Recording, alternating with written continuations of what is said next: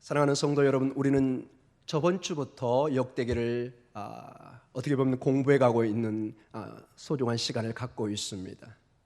저번 주에는 제가 역대기의 어떤 그 개요를 잠깐 말씀드렸고, 오늘까지 연장선에서 역대기 전반적인 중요한 메시지를 얘기하고, 다음 주부터는 이제 구절구절을 중요한 단락으로 맺어가면서 쭉 우리가 공부해 가기를 원합니다. 저번 주에 우리가 봤던 것 중에 핵심 중에 하나가 두세 가지가 있는데, 첫 번째는 이 족보로 시작되는 이 역대기의 특이성입니다. 그리고 이 역사가 마치 반복되는 것처럼 우리에게 상당히 당황스러운, 아니 사무엘 상하와 열왕기 상하가 있는데 왜 역대기가 필요한가? 사실 신학 공부를 했던 저도 처음에는 이게 의문이었습니다. 너무 많은 역사가 이게 난립하는 것은 아닌가? 역대기의 존재가 도대체 무엇인가?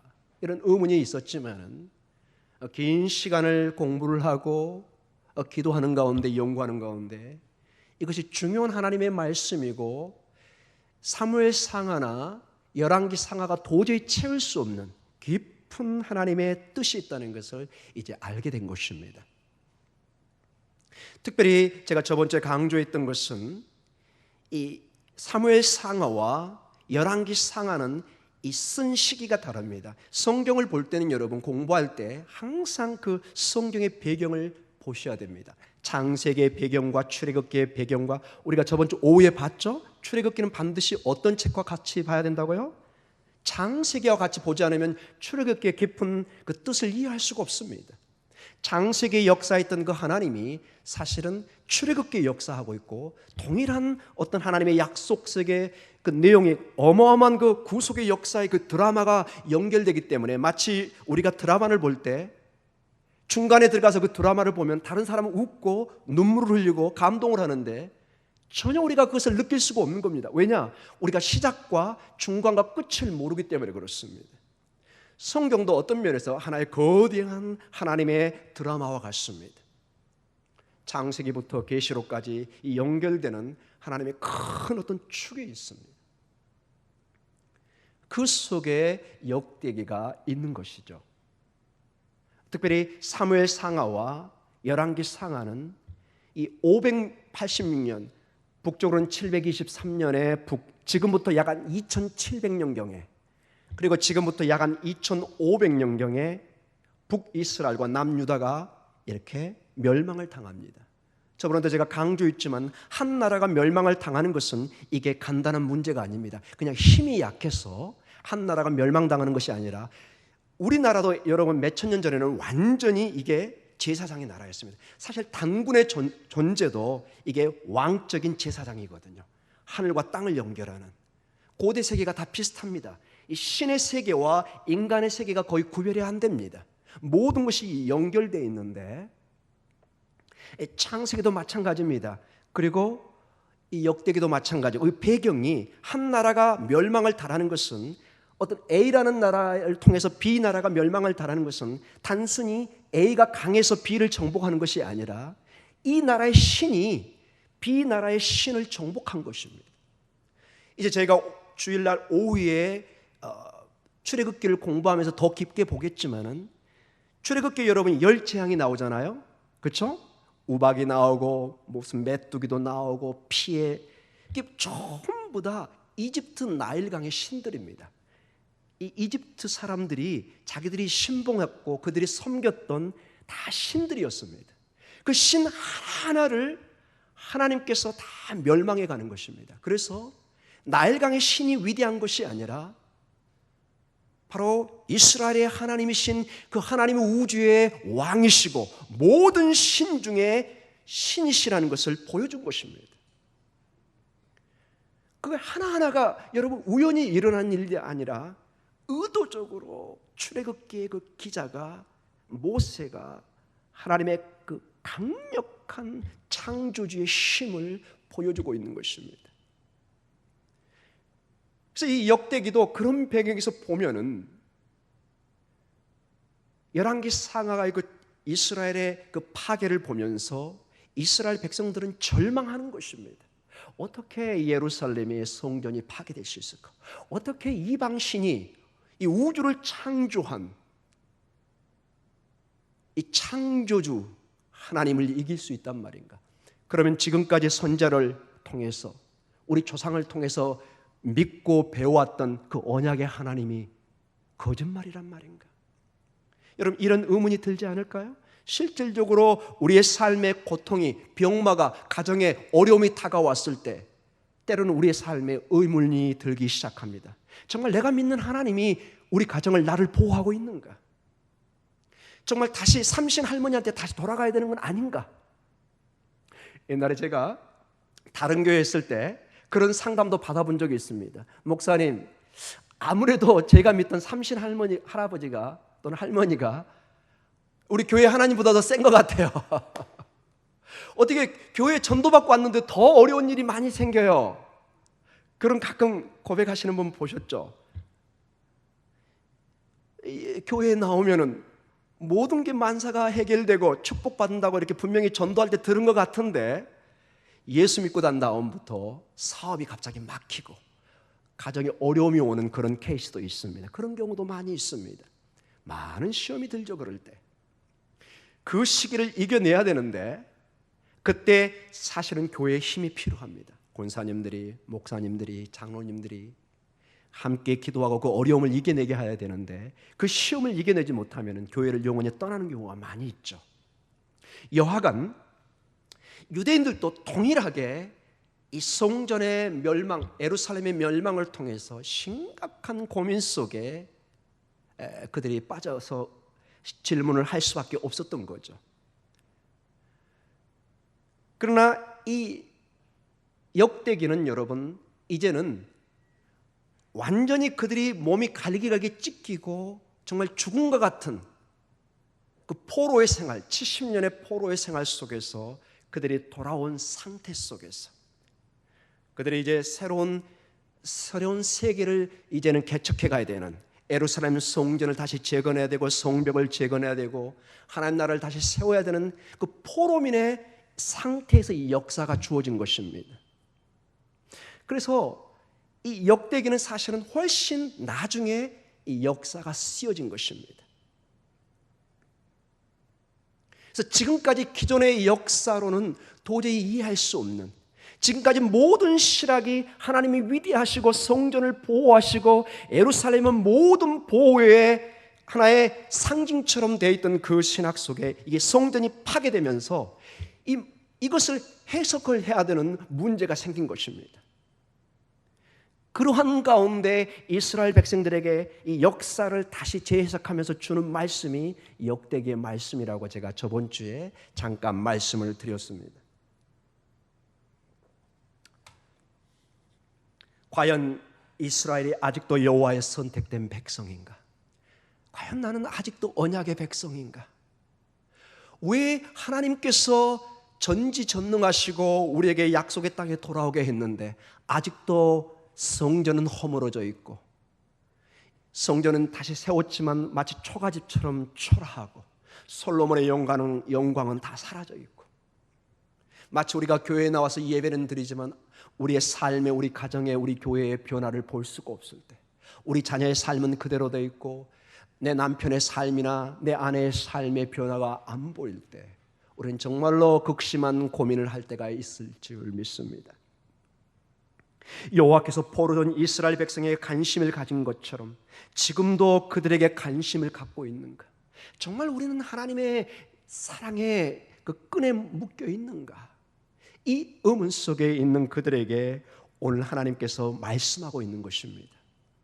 이 족보를 통해서 또 오늘 특별히 좀 더 다룰 이 성전을 통해서 하나님이 지속적으로 성전을 통해서 이스라엘 백성을 살아가고 계심을, 하나님은 단 한 번도 자기 백성을 버리지 않고 떠나지 않았다는 것을 역대기를 통해서 보여주고 있는 것입니다. 이것을 이제 한 절 한 절 봐갈 것입니다. 제가 처음에 와서 설교한 적이 있었죠. 모래 위에 걷는 그 발자국, 고통의 순간에 발자국 하나밖에 없을 때 묻죠. 예수님, 저 순간에 제가 가장 힘든 순간이었는데 예수님은 어디 계셨어요? 그때 뭐라고 대답하죠? 사랑하는 아들아, 사랑하는 딸아, 그때 내가 너를 업고 이 길을 건너가고 있었다. 여러분, 어떤 면에서 여러분 이 포로기가 이스라엘 백성들에게 고통의 순간이었고 죽음의 과정이었지만은 하나님이 이 포로기를 통해서 이스라엘 백성이 마치 용광로의 새가 정죄의 과정을 거치는 것을 원하셨던 것입니다.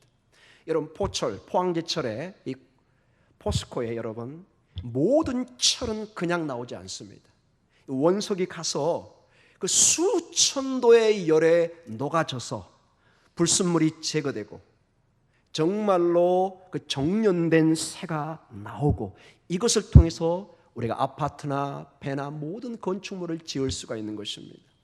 그 철 그 자체로 봤을 때는 어마어마한 뜨거움과 고통의 과정을 겪어야 됩니다. 그러나 결과론적으로 그 죽음의 과정을 통해서 완전히 새로운 변화된 새로운 피조물로 나오는 것입니다. 용광로에 들어가기 전과 나온 후의 그 철의 모습은 180도 달라집니다. 그 가치가 전혀 달라집니다. 성경은 이 포로기를 통해서 이스라엘 백성들이 정말로 새롭게 하나님의 백성으로 변화되기를 하나님이 원하셨습니다. 이것은 궁극적으로 예수 그리스도를 통해서 죽은 우리가 다시 살아나는 보라 새 피조물이 되었도다. 이전 것은 사라지고 예수 그리스도 안에 새 피조물로 변하는 이 모든 것을 상징적으로 예표하고 있는 것입니다. 오늘 이 본문을 통해서 우리가 이것을 좀 더 이 성전을 관점을 통해서 한번 봐가기를 원합니다. 이 역대상 1장에서 9장까지는 족보가 나오고 10장에서 29장까지는 여러분 그 유명한 이 다윗이 성전을 준비합니다. 그리고 역대하 1장과 9절에는 솔로몬이 그 준비된 아버지가 준비한 그 재료를 가지고 성전을 짓는 모습이 나옵니다. 그래서 여러분, 역대상하가 우리 성경에는 역대상하지만은 히브리 원어에는 이게 한 권으로 되어 있습니다. 그냥 역대기입니다. 그래서 이 다윗과 솔로몬이 분리되어 있지 않고 하나의 묶음으로 되어 있습니다. 그리고 10장과 36장까지 여러 왕들이 나오는데 전체적인 내용을 볼 때, 이 역대기 전체를 볼 때 벌써 역대기상 9장부터 역대하 9장까지 이 내용이 역대기 전체의 거의 3분의 2에 가까운 절대적인 중심에 위치하고 있습니다. 그래서 여러분, 역대기를 읽을 때 그 초점이, 핵심이 다윗과 솔로몬이 무엇을 했는가를 봐야 된다는 것입니다. 결국 무엇을 했죠? 다윗이 성전을 준비하고 그 성전을 그의 아들인 솔로몬이 완성합니다. 그리고 이제 저희가 조금 더 이제 구체적으로 봐가겠지만 이 족보의 구조도 정확하게 이 성전과 이 성전에 예배하고 돕는 그 지파로 핵심을 이루고 있습니다. 그냥 이렇게 나열된 것이 아니라 깊이 들어가면은 이 족보의 나열에도 중요한 순서가 있습니다. 특별히 역대기 4장 쪽으로 가면 유다 지파가 딱 나옵니다. 여러 지파가 나오는, 여러분, 유다는 사실은 장남이 아닙니다. 루벤이 장남이죠. 그러나 이 이스라엘 백성에 가장 먼저 나오는 이 족보의 내용이 유다입니다. 여러분, 유다는 누구의 조상이죠? 다윗의 조상입니다. 이 유다 지파를 통해서 결국 다윗이 나오고, 다윗이 하나님의 영원한 언약을 받고 성전을 준비하고 그의 아들인 솔로몬을 통해서 성전이 지어지는 걸 볼 수가 있습니다. 그리고 이 족보의 중심에 1장부터 9장까지 나오는데 거기 중앙에 6장 부분에 레위 지파가 나옵니다. 누가 나온다고요? 레위 지파. 레위 지파는 여러분, 이 성전의 가장 중요한 이 성전의 예배와 찬양을 도왔던, 그리고 말씀을 가르쳤던 핵심 멤버입니다. 마치 교회의 목사와 우리 교육자와 비슷한 것입니다. 모든 인생을 성전에 헌신해서 하나님의 예배를 돕는, 모든 백성들이 와서 원활하게 하나님 앞에 나아갈 수 있는 중간 매체를 했던 사람들이 레위 지파였습니다. 결국 1장과 9장의 모든 이 족보의 핵심은 유다 지파와 레위 지파가 나옵니다. 근데 그 지파가 향하는 방향이 다윗과 솔로몬의 성전입니다. 그래서 여러분, 이 역대기 전체를 볼 때 반드시 기억해야 되는 것이 성전입니다. 결국 여러분, 성전은 무엇이죠? 하나님의 예배의 장소입니다. 예배의 장소입니다, 여러분. 결국은 여러분, 이 역대기에서 가르치는 것은 하나님께서 주 관심은 이스라엘 나라의 어떤 육신에 보이는 어떤 독립된 이스라엘 국가를 중시한 것이 아니라 그들이 돌아와서 살 수 있는 유일한 길은 성전을 중심으로 한 예배 공동체가 되어야 된다는 것을 강조하고 있는 것입니다. 이제 더 이상 육신의 다윗 왕권을 이어가는 나라가 아니라 그 원래 다윗 왕권이 지향했던 그 핵심의 중심에 하나님의 임재 쉐키나, 임재의 상징인 성전이 있었다는 것입니다. 왜냐? 성전은 하늘과 땅이 만나는 장소요, 이스라엘 백성들이 유일하게 하나님 앞에 나아가는 길이고, 그 길을 통해서 죄의 용서와 화목과 회복의 길을 걸 수 있는 유일한 방법이었어요.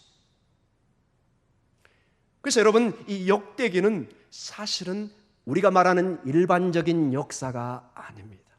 이스라엘의 일반적인 역사가 아니라 사실은 메시아의 역사입니다. 어떤 역사라고요? 메시아, 예수 그리스도의 역사입니다. 왜냐? 여러분, 역대기의 모든 중심이 무엇으로 되어 있다고요? 성전입니다. 성전을 준비하고 성전을 짓는 것입니다. 그리고 그 성전을 중심으로 이스라엘 그 포로 공동체가 예배 중심으로 살아갈 때 하나님이 축복하고, 오늘 역대하 7장 14절에 이 성전에 와서 겸손히 자신을 낮추고 하나님의 얼굴을 찾을 때 하나님이 축복하고 회복하는 역사를 주시겠다고 약속하고 있는 것입니다. 근데 여러분, 이 성전이 결국 신약 성경에 가면 누구를 말씀하고 계시죠? 예수 그리스도입니다.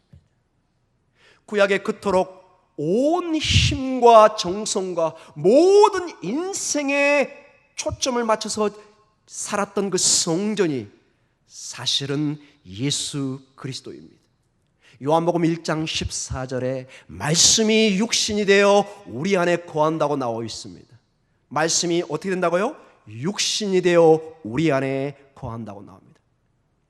이게 헬라어 언어로, 좀 죄송합니다, 이거 써서 에스켄노사라는 단어를 씁니다. 에스켄노사. 이 단어는 바로 성전의 쉐키나의 단어 미시칸을 그대로 따온 겁니다. 미시칸, 이게 성전이란 뜻입니다. 회막이란 뜻입니다. 히브리 말로. 여기서 쉐키나, 임재가 와 있는 겁니다. 회막, 쉐키나, 하나님의 임재입니다. 근데 에스케노자, 이 헬라어는 이 히브리어를 그대로 번역한 것 뿐입니다. 결국은 말씀이 육신이 되어 우리 안에 거한다는 말은 우리 안에 예수님이 텐트를 치신다는 것입니다. 회막을 치신다는 것입니다. 성전으로 임하신다는 것입니다. 이게 요한복음 1장 14절의 정확한 말씀입니다. 그래서 우리 번역은 약간 여러분이 그걸 잡아낼 수가 없어요.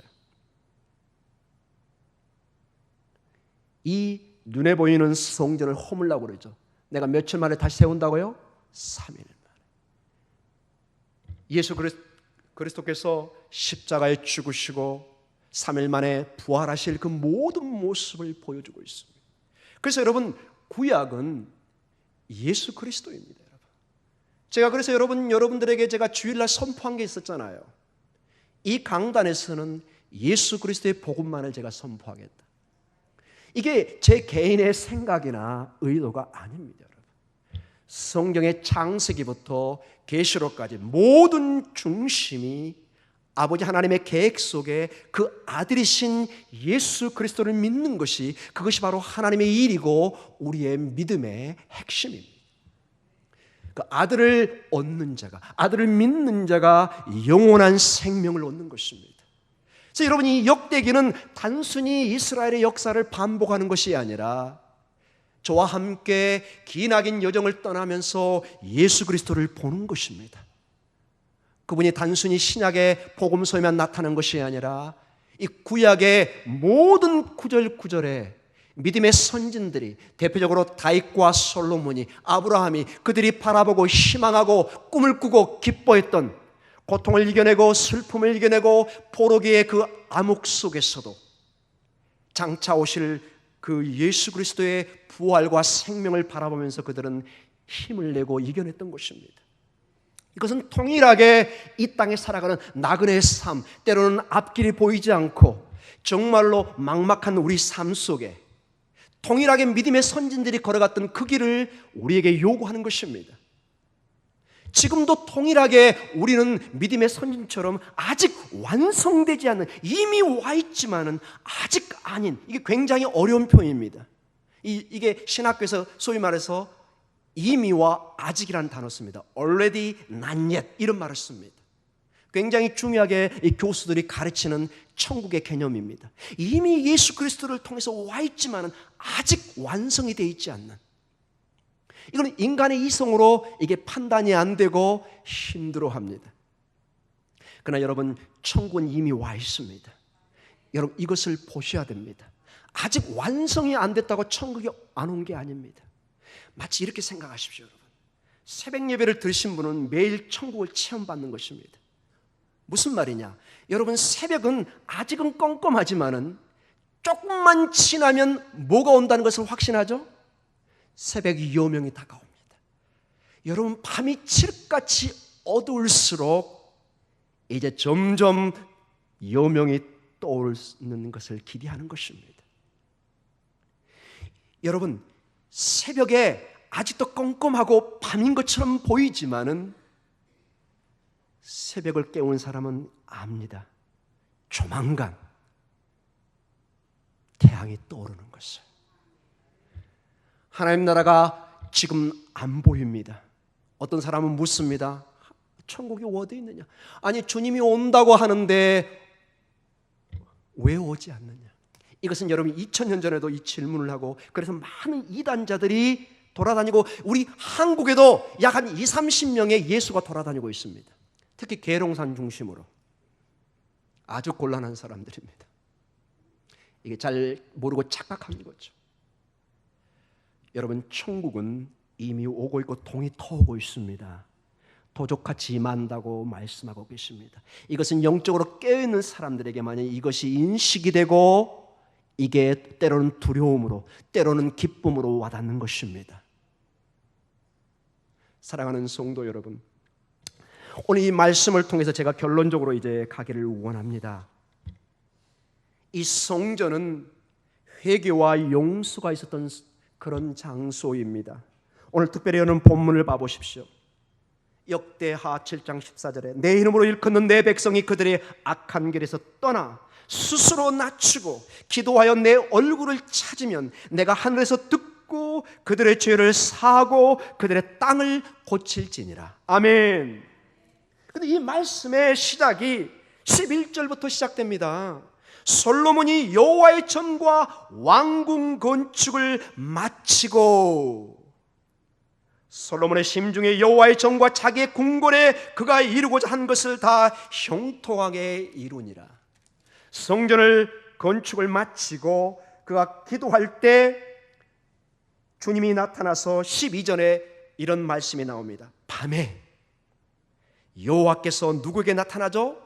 솔로몬에게 나타나 그에게 이르시되 내가 이미 네 기도를 듣고 이곳을 택하여 내게 제사하는 성전을 삼았으니 혹 내가 하늘을 닫고 비를 내리지 아니하거나 혹 메뚜기들에게 토산을 먹게 하거나 혹 전염병이 내 백성 가운데 유용하게 할 때에. 사랑하는 성도 여러분, 이 15절, 13절을 한번 봐보세요. 하늘을 닫고 비가 내리지 않습니다. 어쩌면 지금 우리나라하고 비슷합니까, 여러분? 메뚜기들이 이게 토산을 먹습니다. 여러분, 이 중동 지역은 메뚜기떼가 아주 위험합니다. 여러분, 메뚜기, 우리나라는 주로 고 먹고, 저도 어렸을 때 메뚜기 잡아서 고 먹고 그랬는데, 여러분, 그거는 꿈을 깨셔야 됩니다. 이 중동 지역의 메뚜기는 수억 마리입니다. 완전히 지나가면 아무것도 남지 않습니다. 아주 위험합니다. 이게 하나님의 심판의 상징으로 나옵니다. 그 다음에 뭐죠? 전염병이 내 백성 가운데 유행할 때, 한 두 가지 정도가 지금 우리나라에 좀 너무나 비슷한 것 같습니다. 여하간 이 13절은 우리에게 고통이, 우리가 이겨낼 수 없는 환난이나 어려움이 다가왔을 때 사랑하는 백성들에게, 이스라엘 백성들에게 주신 말씀이 바로 14절입니다. 여러분, 이게 하나님의 응답이고 하나님의 메시지입니다. 오늘 여러분에게 주신 말씀입니다. 사랑하는 성도 여러분, 여러분의 삶에 영적인 전염병이 지금 있습니까? 영적인 가뭄이 있습니까? 우리의 삶에 어려움이 있습니까? 해답을 다른 데 찾지 마십시오. 14절, 이제 이 본문 속에 같이 한번 읽어보도록 하겠습니다. 시작. 내 이름으로 일컫는 내 백성이 그들의 악한 길에서 떠나 스스로 낮추고 기도하여 내 얼굴을 찾으면 내가 하늘에서 듣고 그들의 죄를 사하고 그들의 땅을 고칠지니라. 아멘. 이게 하나님의 약속의 말씀입니다. 대신 여러분, 조건이 있습니다. 주의 성전에 와서 여러분을 낮추시고 죄를 회개하고 하나님의 자비만을 구해야 됩니다. 하나님, 저 죄가 없는데요? No. 여러분, 죄 없는 사람이 어디 있습니까? 여러분, 하나님 우리의 마음을 아십니다. 모든 것을 여러분 내려놓고 그분 앞에 자비와 긍휼을 구하십시오. 그리고 특별히 이 말씀을 붙들고 여러분 간구하십시오. 하나님, 제가 혹시나 생각하지도 못한 죄가 있다면 하나님 회개하게 해 주시옵소서. 저희 가정의 문제를, 자녀의 문제를, 사업의 문제를 다 내어놓고 기도하며 이 14절을 붙들고 기도할 때 하나님이 하늘에서 이 보좌의 문을 여시고 오늘 응답하시며 치료하고 고치시겠다고 말씀하고 계십니다. 이것은 목사의 얘기도 아니고 주님이 친히 하신 말씀입니다. 그래서 이 성전은 단순히 어떤 그 예배 장소를 훨씬 뛰어넘어서 우리가 하나님 앞에 예배하고 그분을 찬양할 때 그분은 하늘의 보좌를 열고 우리에게 용서와 치료와 축복의 길을 여시는 장소로 보여주고 있습니다. 그래서 이 예배의 장소는 너무나 중요합니다. 물론 여러분, 이것은 예배당입니다. 어떤 분들은 이게 예배당이라고 이걸 무시하는 사람이 있어요. 그건 굉장히 여러분 오해입니다. 이것은 비록 예배당이지만은 우리가 약속을 하고 성전처럼 예배를 드리는 곳입니다. 이것을 여러분 착각해서는 곤란합니다. 여러분, 마치 여러분 우리 영혼만 귀하다고 이걸 때리거나 이걸 함부로 하면 어떻게 하죠? 여러분, 영혼도 죽습니다. 내 육신이 아프면 내 영혼도 아픕니다. 이건 분리할 수가 없는 거예요. 여러분, 이게 구약의 역사고 신약의 역사도 물론 예수 그리스도를 믿는 믿음의 공동체가 교회입니다. 그러나 우리는 어쩔 수 없이 육신에 보이는 이런 예배당에 모여서 예배를 드려야 됩니다. 이걸 여러분 무시하면 무교회주의자가 돼요. 무교회주의자, 교회를 인정하지 않습니다. 그분들이 훌륭한 점도 있지만 제가 볼 때 굉장히 위험한 점이 많습니다. 이거는 수천 년 동안 내려온 전통이고 이 전통이라는 것은 함부로 무시해서는 안 된다는 것입니다. 그런 측면에서 여러분, 이 목동중앙교와 이 예배당은 굉장히 소중한 곳입니다. 예배를 드리고 우리가 함께 찬양하고 함께 공동체가 사랑과 기쁨과 예배와 기도를 나누는 장소인 것입니다. 이것을 여러분 예루살렘 성전은 아니지만 그렇게 믿고 이곳에 나와서 여러분 기도하십시오. 하나님의 치료가 임하실 것입니다. 회복이 임하실 것입니다. 우리가 알지 못하는 하나님의 방법으로 우리에게 역사하실 것입니다. 이것이 하나님의 약속의 말씀입니다. 바라기는 이 수요 예배에 꽉 차기를 저는 기도합니다. 물론 특별히 우리 남성분들이 바쁜 건 압니다. 직장 문제나 사업 문제나 얼마나 바쁘겠습니까? 그러나 모든 초점이 지금 뭐죠? 바이어를 만나야 되고 장사를 해야 되고, 그렇죠. 한번 여러분 모험을 한번 해보시라고 한번 권유해 보십시오. 여러분들의 남편 되신 분들에게. 여보, 이 시간에 한번 딱 1시간인데 우리 가서 예배를 한번 드려보자. 하나님이 어떻게 역사하시나 한번 비교를 해보자. 한 달 정도 예배 드려보고 한 달 정도 예배 안 드려보고 사업해보고 어떤 결과가 나오는지 저는 그런 거 한번 도전해 보셨으면 좋겠습니다. 물론 이 예배가 마치 무슨 부족처럼 그런 뜻은 저는 그렇게 얘기하고 싶지는 않습니다. 그러나 우리의 자세와 우리의 그 모든 마음이 하나님 중심으로 나아갈 때 하나님 반드시 그걸 기억하신다는 것입니다. 여러분, 분주하게 일하는 것 중요합니다. 최선을 다해서 일해야 됩니다. 그러나 반드시 여러분 기억해야 될 것이 예배의 시간과 기도의 시간을 여러분 잊으시면 안 됩니다. 마치 여러분 아무리 바빠도 아침, 점심, 저녁 한 달 후에 나 아침, 점심, 저녁 잊어버렸는데 이런 사람 보셨어요?